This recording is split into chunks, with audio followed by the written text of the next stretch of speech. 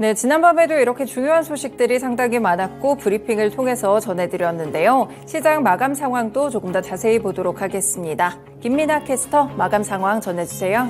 네, 유럽 증시는 혼조세를 나타냈습니다. 이 범유럽 지수인 유로스톡스는 소폭 오르면서 거래를 마쳤지만 그 안에 주요국 증시들은 혼조세를 나타내는 모습이었는데요. 우선은 유로스톡스 50 지수부터 확인해 보도록 하겠습니다. 보시면 0.42%로 소폭 반등해줬고요. 4,041.75포인트의 종가를 형성해내는 모습이었습니다. 이 중동 지역을 둘러싼 긴장이 이어지고 있는 가운데 미국 국채 금리는 다시 한번 올라주면서 시장은 부담감을 안고 있는 상황인데요.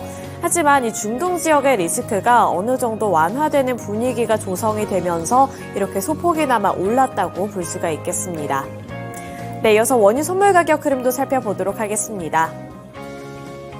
원유 선물 가격 확인해 보시면 2% 넘는 약세를 기록했는데요. 2.24% 하락한 86.11달러의 종가를 기록했습니다. 앞서서 말씀을 드렸던 것처럼 중동 지역에서의 리스크가 지속이 되고는 있지만 그 안에서 조금씩 완화적인 움직임도 포착이 되고 있기 때문에 국제 유가는 이렇게 하락하는 모습이 나타난 건데요. 유엔이 인도주의적 일시 중단을 촉구한 가운데 팔레스타인 가자 지구의 전쟁 발발 이후 처음으로 구호 물품이 반입이 허용이 됐습니다. 이렇게 외교적인 노력이 어느 정도 결실을 맺는 모습을 보이면서 완화되는 모습도 연출이 됐고요. 또 하마스가 카타르와 이집트의 중재로 인해서 이스라엘 출신 인질 2명을 석방했다는 소식까지 전달이 됐다는 점도 호재로 작용이 됐습니다. 이번에 이루어진 인질 석방은 저번에 미국인 2명을 석방한 데 이어서 두 번째로 사흘 만에 나온 인질 석방 소식인데요. 이런 소식들이 전체적으로 복합적으로 작용이 되면서 원유 가격 같은 경우에는 2% 넘게 하락했습니다. 네, 이렇게 원유 선물 가격 흐름과 유럽 증시 마감 상황 전달해 드렸고요. 이어서 미국 증시 마감 상황은 SH인베스트먼트 김선영 연구원 통해서 들어보도록 하겠습니다. 네, 연구원님 안녕하세요. 네, 안녕하십니까? 네, 지난밤 뉴욕 증시 분위기 어땠을까요? 예, 최근 급등했던 10년 만기 미국 국채금리가 안정세를 찾은 가운데 오늘 뉴욕 증시는 혼조 양상을 보였고 지수별로는 다우지수가 0.58%, S&P 500이 0.17, 러셀 2000이 0.89% 각각 하락한 반면 기술주 중심의 나스닥은 0.27%의 상승으로 거래를 마쳤습니다. 개장 초 5%를 넘겼던 10년 만기 국채 수익률은 헤지펀드의 퍼싱 스코어 창업자 억만장자 투자자인 빌 에크먼이 자신이 국채 공매도를 끝냈다고 밝힌 뒤 급락세로 돌아섰으며 결국 전일 대비 하락 마감냈는데요. 그는 지난 8월 자신이 30년물 국채를 공매도하고 있다고 밝혀 채권 시장에 큰 부담을 준 바 있었습니다. 미 국채는 정부의 막대한 재정 적재에 따른 국채 발행 급증과 연준의 양적 긴축에 따른 보유 국채 물량 매도세 속에 심각한 공급 확대 여파로 가격이 하락했으며 이 때문에 가격과 반대로 움직이는 국채 수익률이 급격하게 상승한 건데요.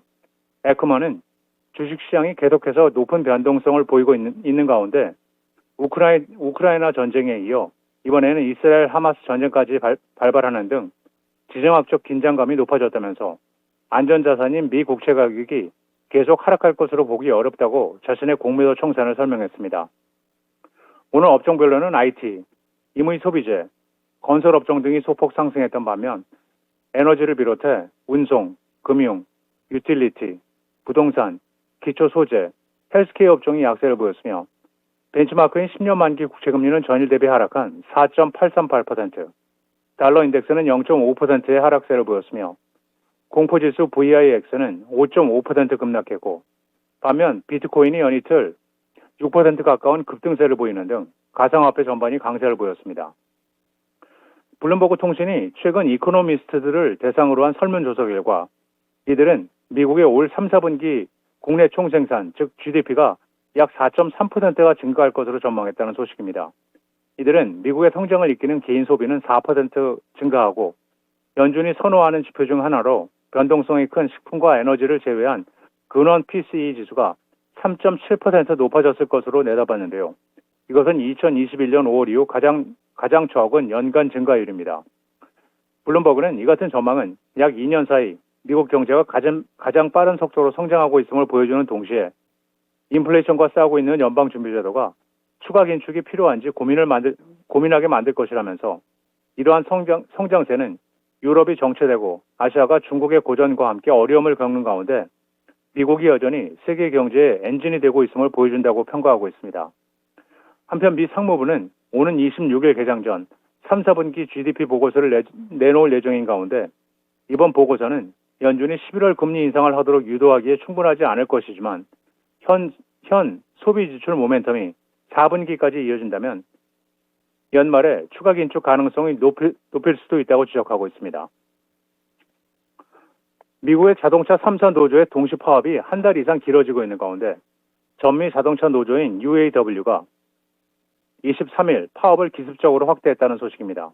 UAW는 파업 시작 39일째인 이날 미시간주 스털링 하이스의 조립공장 조합원 6,800명이 파업에 동참해 스텔란티스의 최대 공장이자 수익성이 가장 큰 공장의 생산이 중단됐다고 밝혔는데요. 이 공장은 스텔란티스의 인기 차종인 램 1500 픽업 트럭을 생산하는 곳입니다. UAW 측은 스텔란티스는 가장 높은 매출과 수익성을 보이고 현금 보유량도 가장 많음에도 불구하고 포드나 제너럴 모터스와 비교해 노조의 요구를 수용하는 데 가장 뒤처지고 있다고 파업 확대 이유를 밝히고 있는 가운데 UAW는 앞서 지난 12일 포드의 핵심 생산 시설인 켄터키주 트럭 공장에서 파업 참가 사업장을 확대했으며 2주 만에 추가로 파업 규모를 키웠고 협상이 길어질수록 파업 참여 공장을 단계적으로 늘려 사측의 압박 강도를 높이는 이른바 스탠드업 스트라이크 방식을 취하고 있는 가운데 이번 파업의 인원 추가로 자동차 3사의 제조업체 파업에 참여하는 노조원의 수는 총 4만 명을 넘어서고 있습니다. 다우지수의 구성 종목인 대형 석유업체 쉐브론이 석유 및 가스 생산업체인 헬스 코퍼레이션을 530억 달러에 인수한다는 소식입니다. 파이낸셜 타임스에 따르면 이번 인수는 화석 연료에 대한 수요가 향후 수십 년 동안 견고하게 유지될 것이라는 확신을 바탕으로 이루어졌으며 헬스의 인수 가치는 약 530억 달러이지만 기업 가치는 부채를 포함해 600억 달러 이상으로 평가된다고 보도했으며 이달 초 또 다른 오일 메이저인 엑선모빌도 약 640억 달러의 파이오니어 내추럴 리소스를 인수한 바 있습니다. 한편 헬스는 남아메리카 가이아나에서 시추 사업을 벌이고 있으며 가이아나에서는 엑선모빌과 헬스, 중국의 CNOOC 등이 시추 사업을 벌이고 있고 이들은 가이아나에서 2027년까지 일일 생산량을 120만 배럴로 늘릴 계획인 가운데 이번 쉐브론의 인수로 쉐브론은 이 지역에서 해저 광고 지분 약 30%를 확보하게 될 수 있을 것으로 보입니다. 마지막으로 내일은 S&P 글로벌의 10월 미국 제조업과 서비스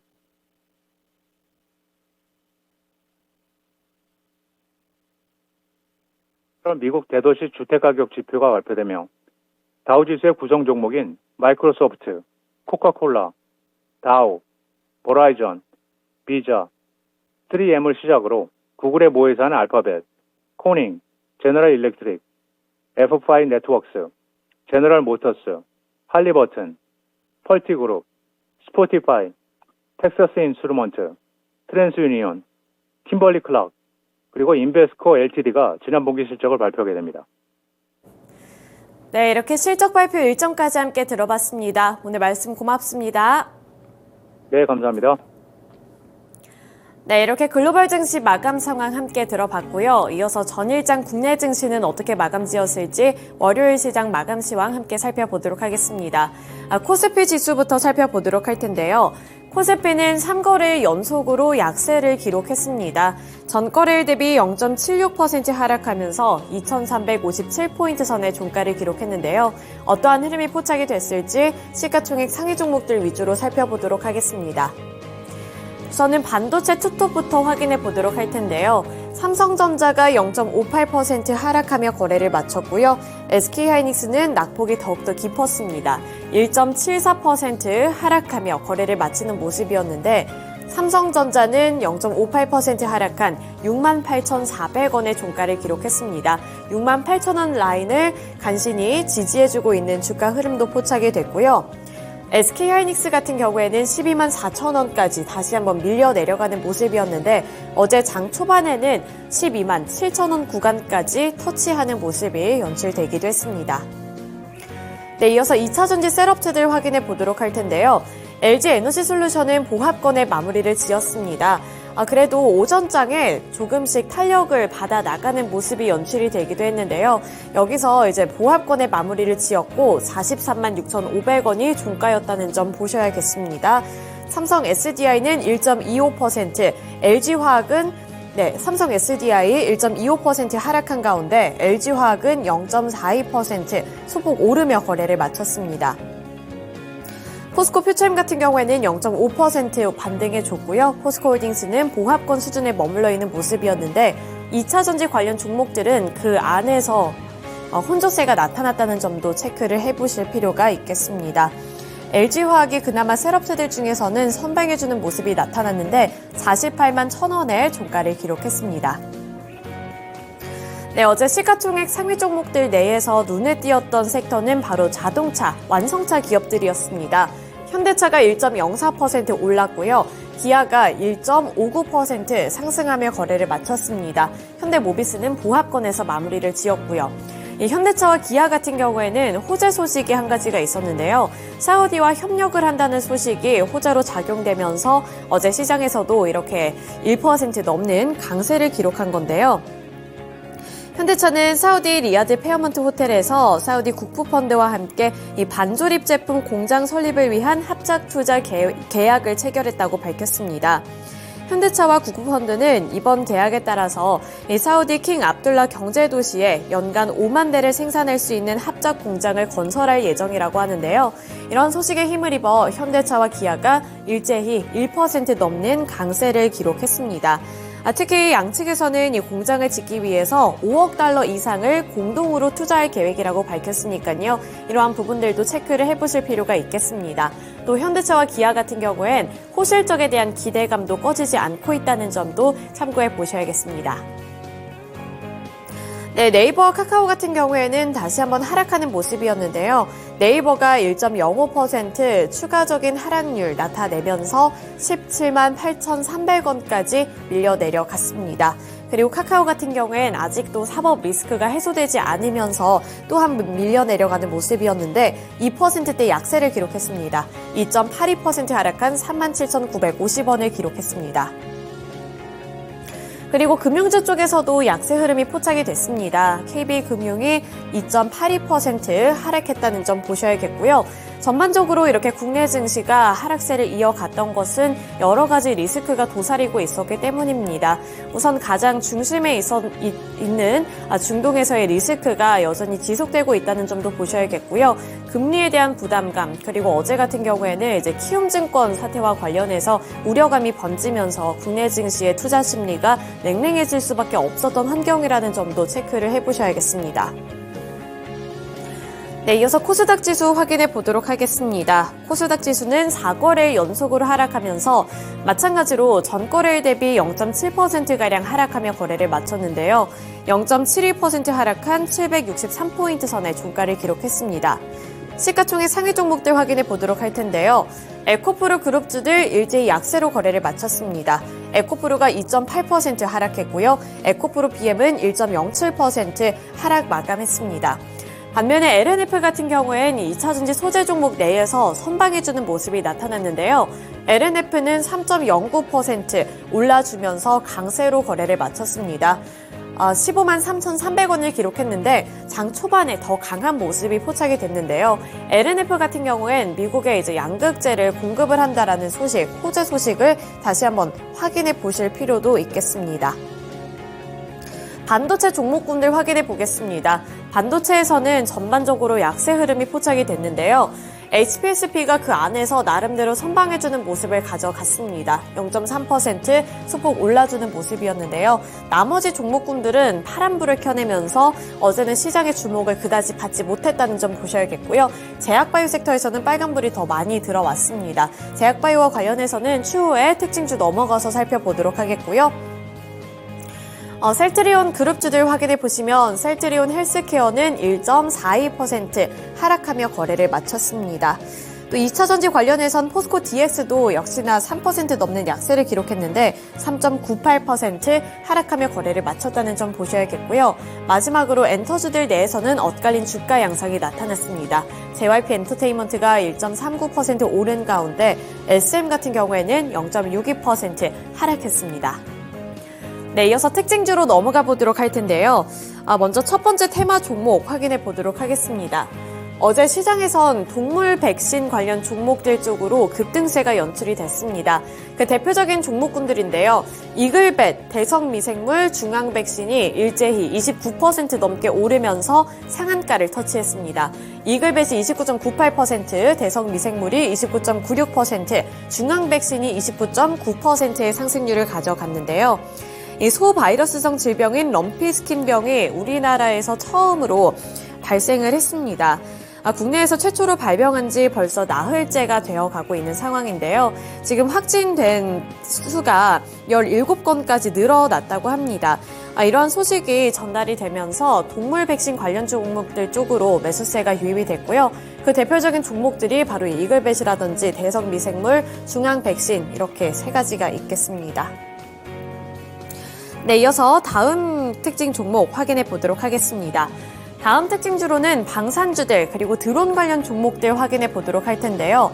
저는 드론 관련 종목군들로 제이시언 시스템이라든지 베셀 그리고 코콤과 같은 종목들을 확인해 보도록 하겠습니다. 그 외에도 이제 방산 관련해서는 휴니드가 9% 넘게 올랐고요. 하나 에어로스페이스도 6.7% 오른 가운데 LIG 넥스원도 3.96% 강세를 기록했습니다. 또 드론과 관련해서는 베셀이 8.06%, 코콤이 6.79%, 제이션 시스템이 12.1%의 강세 흐름을 기록을 했습니다. 우선 드론 관련 종목들에 대해서 먼저 이야기를 해볼 텐데요. 드론 관련 종목들 최근에 이라크 미군 기지에 드론 공격이 가해지면서 주목을 받고 있는 섹터입니다. 어제도 다시 한번 올라주는 모습이 나타났다는 점 보셔야겠고요. 또 방산주들 쪽도 눈여겨보셔야겠습니다. 지금 이팔 전쟁이 확산함에 따라서 격화가 되고 이런 이슈가 계속해서 불거지면서 방산주들을 향한 관심도도 끊이지를 않고 있는데 이 전쟁 이슈뿐만 아니라 윤석열 대통령이 사우디아라비아를 국빈 방문하는 차원에서 방문을 했는데 그와 관련되어 있는 기대감도 갖고 있습니다. 이 윤석열 정부가 중동의 방산 시장을 뚫기 위해 총력전을 벌이고 있기 때문에 이러한 부분에서도 기대감이 유입이 되고 있는 상황인데요. 특히 중동의 경우 인접한 우크라이나에서까지 전쟁이 벌어진 데 이어서 이스라엘과 하마스 전쟁까지 이어지고 있는 상황에서 우리나라 군사 관련한 이러한 기대감이 지속이 되고 있다는 점 보셔야겠고요. 국가들의 군비 증강 움직임이 활발해지고 있다는 점도 체크해볼 대목이라는 점 확인을 해보셔야겠습니다. 네, 그리고 마지막 키워드 확인해 보도록 하겠습니다. 마지막 특징주로는 광동제약이라든지 국제약품 같은 대표적인 제약 종목들 확인해 보도록 할 텐데요. 이 두 가지 종목은 이제 폐렴이 중국에서 확산하고 있다라는 소식에 주목을 받았습니다. 지난달부터 베이징 등 중국 전역에서 마이크로 플라스마에 의한 폐렴 환자가 크게 늘어나고 있다고 하는데요. 현재 상황이 좋지가 않다고 합니다. 따라서 국내에서도 이 폐렴과 관련되어 있는 종목들이 주목을 많이 받은 모습이었고요. 광동제약이 대표적으로 20.33% 올랐습니다. 국제약품도 7.92% 상승하면서 일제히 강세로 거래를 마쳤습니다. 여기서 가장 큰 폭으로 오른 광동제약 같은 경우에는 한국 먼디파마와 공동 판매 중인 베타딘 인후스프레이 제품이 폐렴 간균과 폐렴 연쇄상구균, 신종 인플루엔자 바이러스 등 다른 바이러스 및 세균에 대해서도 광범위한 항균 및 항바이러스 효과가 있는 것으로 알려져 있었기 때문에 매수세가 몰린 것으로 풀이가 되고요. 따라서 어제도 강세로 거래를 마쳤다는 점 확인해 보셔야겠습니다. 네, 이렇게 특징주들까지 함께 알아봤고요. 지금까지 글로벌 증시 마감 시황이었습니다.